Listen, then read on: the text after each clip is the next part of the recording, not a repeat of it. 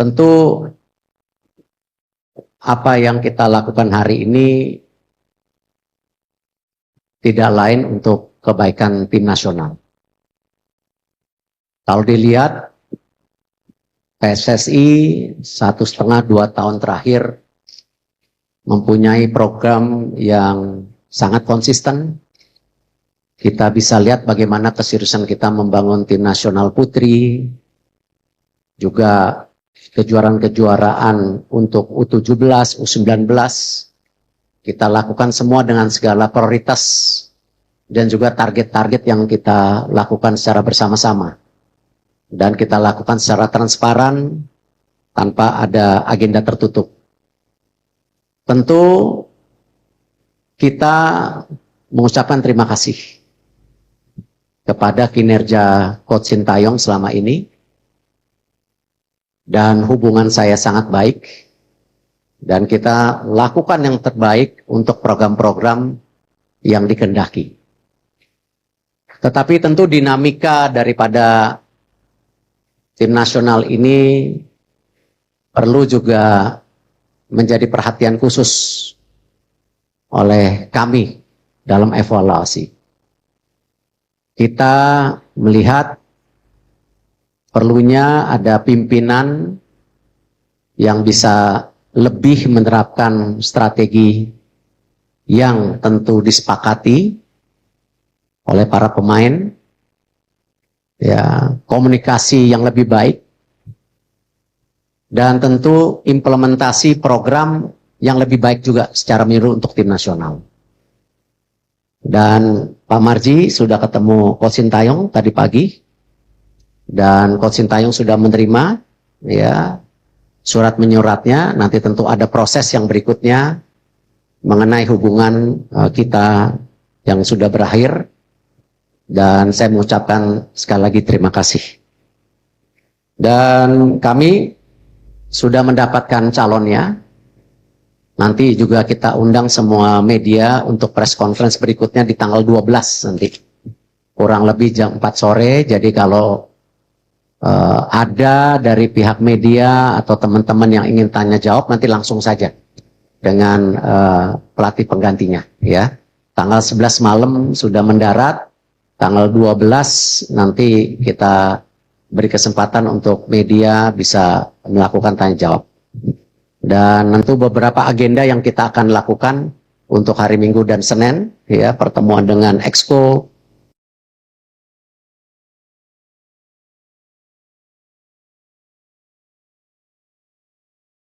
pertemuan dengan Menpora, kunjungan mengenai fasilitas yang kita yang dipergunakan.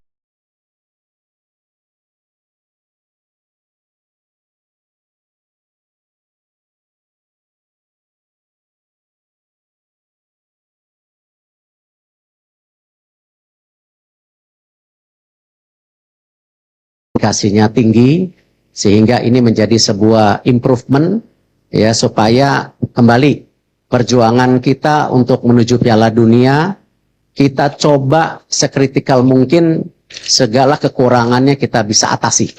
Karena target utamanya ini Piala Dunia.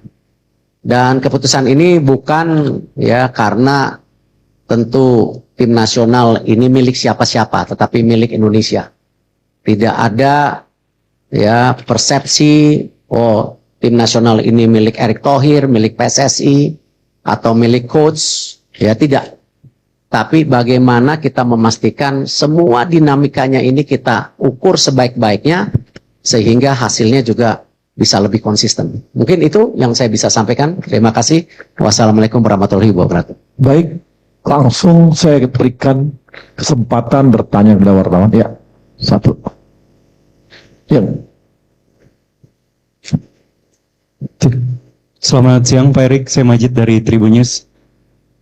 Pertama Pak Erik, mungkin dengan adanya pemerintah dan ini beberapa hari lalu, belakangan ini juga publik kita terbelah ya Pak Erik ya. Ada yang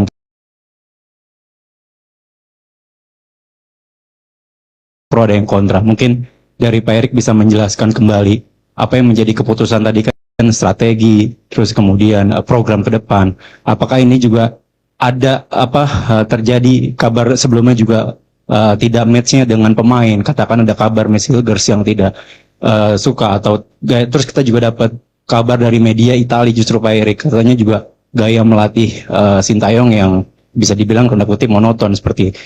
Kemudian yang kedua Pak Erik sebelumnya kan Sintayong juga mendapatkan golden ticket ya Pak Erik dari pimpinan negara sebelumnya. Apakah golden ticket itu akan tetap berlangsung atau seperti apa itu Pak? Itu aja, terima kasih. Ya tentu mengenai golden visa saya nggak bisa menanggapi, itu kan memang bagian dari bukan tupoksi kami gitu. Sama juga saya tidak bisa menanggapi tulisan media yang ada di luar negeri seperti Gulf, Tuto, Euro Reporter dan lain-lain. Ya tentu mereka punya penilaian sendiri dan saya rasa mereka punya pandangan sendiri. Saya juga nggak mau komen dengan hal-hal seperti itu. Tapi saya mengapresiasi berita-berita seperti yang di New York Times juga ditulis oleh beberapa media luar negeri yang menyatakan bahwa pembangunan tim nasional Indonesia sudah ke arah yang baik dengan mensinkronisasi semua kepentingan di atas segalanya sehingga program ini transparan. Karena itu banyak sekali pemain-pemain berkualitas yang bergabung. Itu yang saya apresiasi. Kalau saya lihat memang dinamika ini cukup kompleks. Kalau saja waktu itu kita mengambil keputusan yang tergesa-gesa mungkin kurang baik juga. Tetapi kita sudah harus dirasakan sejak pertandingan, bahkan sebelum pertandingan Indonesia melawan China. Ya, cuman waktunya terlalu mepet waktu itu. Waktunya terlalu mepet dan ya yang terbaik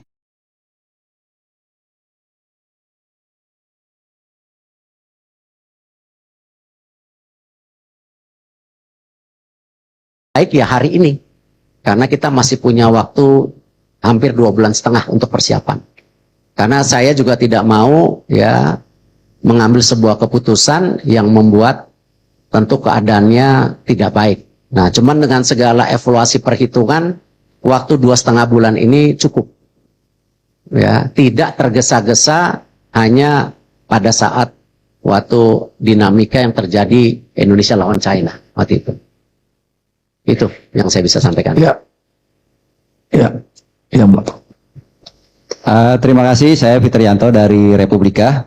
Pak Erik, apakah keputusan ini berkaitan dengan keselarasan dengan pemain-pemain naturalisasi yang mungkin kurang begitu baik dengan STY sehingga harus diganti di menjelang 2 bulan laga selanjutnya? Menurut saya sama saja. Tapi kalau kita lihat sekarang dengan banyaknya di tim nasional yang bermain di luar negeri, tentu dinamika daripada masing-masing individu itu menjadi perhatian.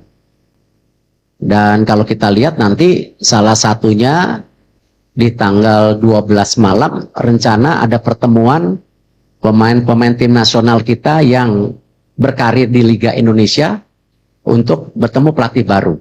Ya, kita nggak mau beda-bedain itu, tetapi perlu dinamika yang terjadi di komunikasi ini harus lebih merata. Ya, jadi tidak ada pemain juga yang terjebak pemain ini baik, pemain ini kurang. Menurut saya itu bukan judgement yang baik. Ya, tetapi kita harus melihat tim ini sebagai sebuah komposisi yang satu. Sama. Di sepak bola itu yang paling berat ya memang intangible atau sesuatu yang tidak terukur. Salah satunya ya teamwork itu. Kekompakan antara pemain, pelatih, ya PSSI dengan tim, PSSI dengan pelatih itu paling dinamika yang tentu menjadi tolak ukur yang tidak mudah diprediksi. Tetapi yang tadi saya sampaikan, kalau kita coba sebaik-baiknya, paling tidak titik-titik ini kita bisa kurangi gitu. Ya salah satunya komunikasi yang saya sampaikan tadi, ataupun bagaimana tactical issue yang seperti ditulis oleh beberapa media Eropa, tetapi itu tidak menjadi judgement, ya, tetapi itu menjadi bagian evaluasi, gitu. Iya. Ya.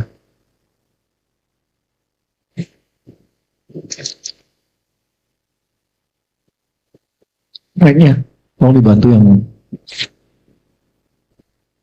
Cek. Selamat siang Pak Erik, saya Sony dari Kumparan.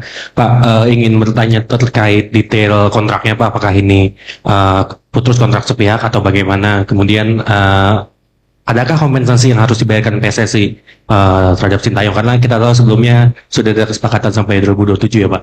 Terima kasih. Ya, semua kontrak kita harus hormati, karena kalau kita ingin menjadi federasi yang kredibel, ya kita harus menjaga kesepakatan yang sebelumnya. Sama ketika kita memperbaiki Liga Indonesia, ya salah satunya kita menekankan kepada klub-klub.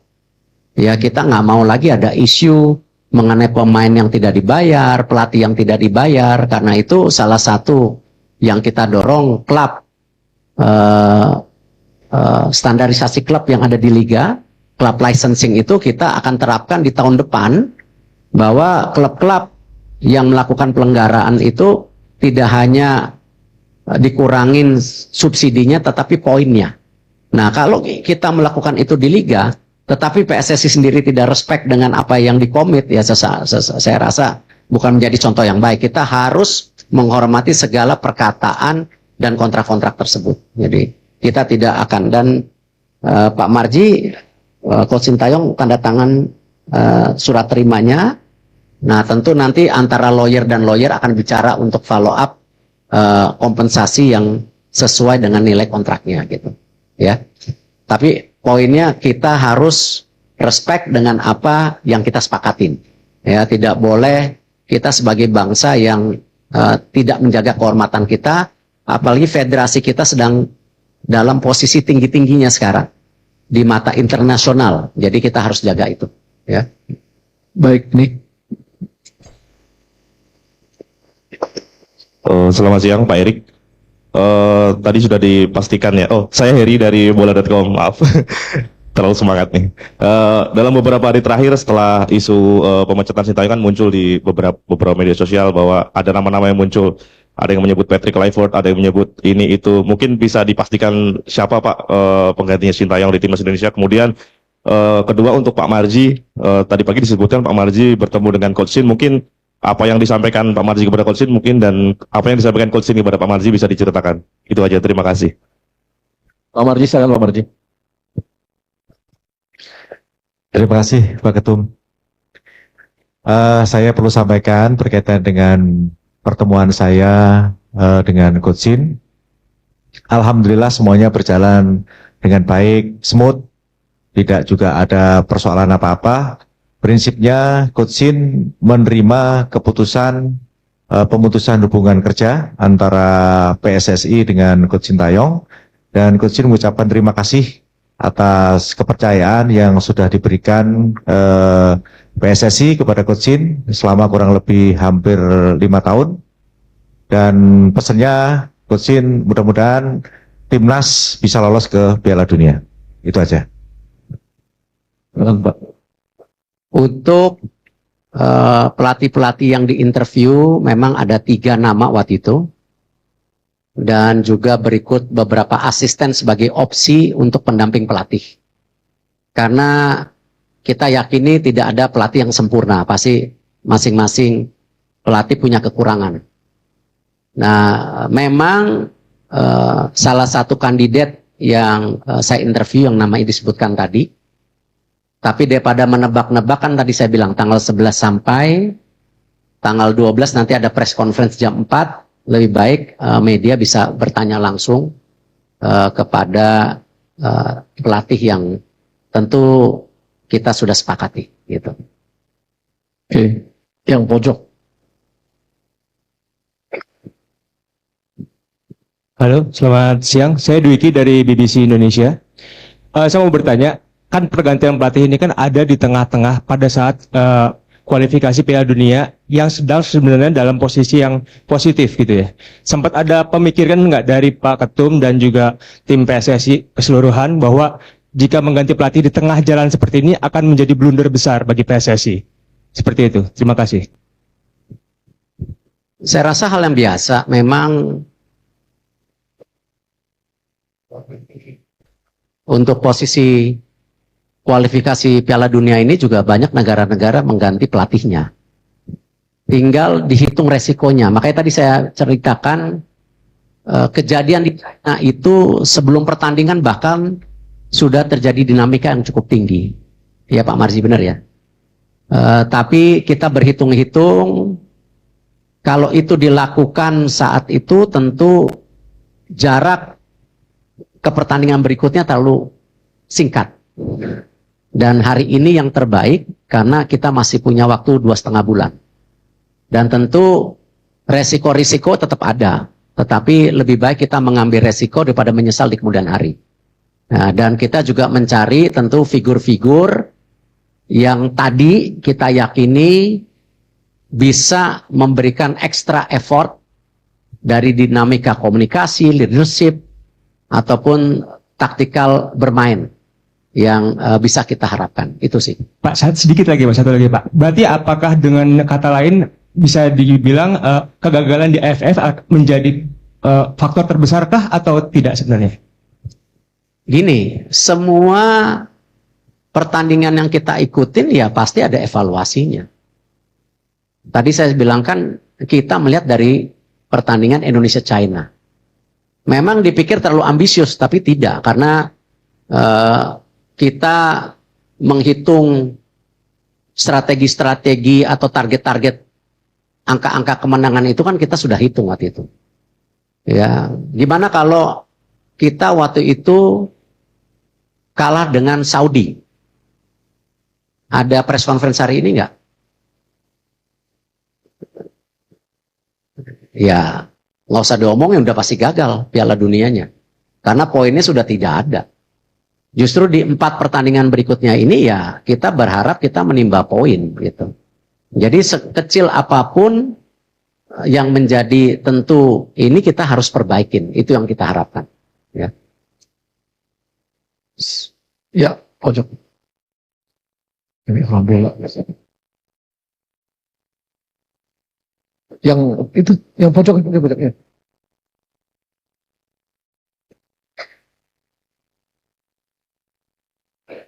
Selamat siang Pak Erik, Pak Semarji, Pak Mali, Pak Yunususi, dan Pak Arya. Saya Taufik dari FIFA Goal. Mau bertanya, tadi Pak Erik kan bilang sudah menginterview beberapa kandidat. Mungkin itu waktunya kapan Pak? Dan apakah di interview itu ada permintaan atau jaminan untuk meloloskan Indonesia ke Piala Dunia atau akan bisa menerapkan taktik permainan yang menyerang? Dan untuk yang kedua, tadi Bapak bilang kondisi tim memburuk sebelum lawan Cina. Apakah kondisinya tidak membaik Pak sebelum menang lawan Arab? Terima kasih. Iya, kemarin saya mendapat izin dari Bapak Presiden, walaupun gimana kan saya menteri ya. Jadi kalau traveling ke luar negeri, saya izin, saya mendapat kesempatan 5 hari kemarin ke sebuah negara di Eropa untuk buka warung istilahnya, ya, interview dan lain-lain. Dari tanggal 25 sampai 30. Kesempatan itu yang saya lakukan karena memang dalam menginterview pelatih itu tidak bisa dilakukan melalui video conference karena tidak dapat chemistry-nya. Harus berduduk one on one, dan bahkan sebenarnya yang saya tawarkan juga sengaja itu tanggal 25. Yaitu hari Natal sebenarnya. Bukan saya tidak menghormati hari besar, cuman itu bagian kita juga mengetes keseriusan dan komitmen. Dan saya mendarat jam 6.10 pagi, jam 10 udah buka warung istilahnya. Ya dari 3 pelatih ada 1 yang datang. Nah itu yang saya lihat, wah ini poinnya lebih. Gitu, karena walaupun habis interview, dia pulang lagi ke negaranya. Ya karena hari Natal kita harus hormatin itu. Dan saya juga tidak mau memakan waktu, biasanya interview 2 jam, 2,5 jam cukup saya rasa. Kalau saya bicara detail mengenai dinamika, ya saya rasa itu bukan hal yang perlu saya ceritakan detail. Takutnya nanti, tadi hubungannya baik-baik kok. Ya, saya respect Coach Sintayong, hubungannya baik gitu. Dan sepertinya tadi dilaporkan juga menerima dengan baik. Dinamika itu ada, tapi saya nggak mau bicara detail. Malah nanti menjadi dispute seakan-akan habis manis pah dibuang gitu loh. Ya, saya nggak mau dalam itu. Karena apapun yang sudah dilakukan, semua baik. Ya, dan saya berprinsip tidak mungkin tim nasional kita sampai sini, mau yang putri, yang muda-muda, yang U17, U19, U23, tanpa program ya yang PSSI punya. Tapi PSSI menyadari tanpa pelatih yang baik tidak mungkin punya tim nasional yang baik. Tetapi tanpa kualitas pemain, ya mau programnya baik, pelatihnya baik, ya nggak jadi apa-apa. Karena pemain menjadi sebuah kualitas yang penting. Ya, Manchester City tanpa Rodri kalah melulu tuh. Ya, cuma 1 Rodri berarti. Nah, artinya apa? Ya memang ketiga balancing antara program, pelatih, dan kualitas pemain ini ya harus punya keseimbangan. Tidak bisa satu dan lainnya yang lebih menonjol gitu. Ya, jadi ini menjadi satu kesatuan gitu.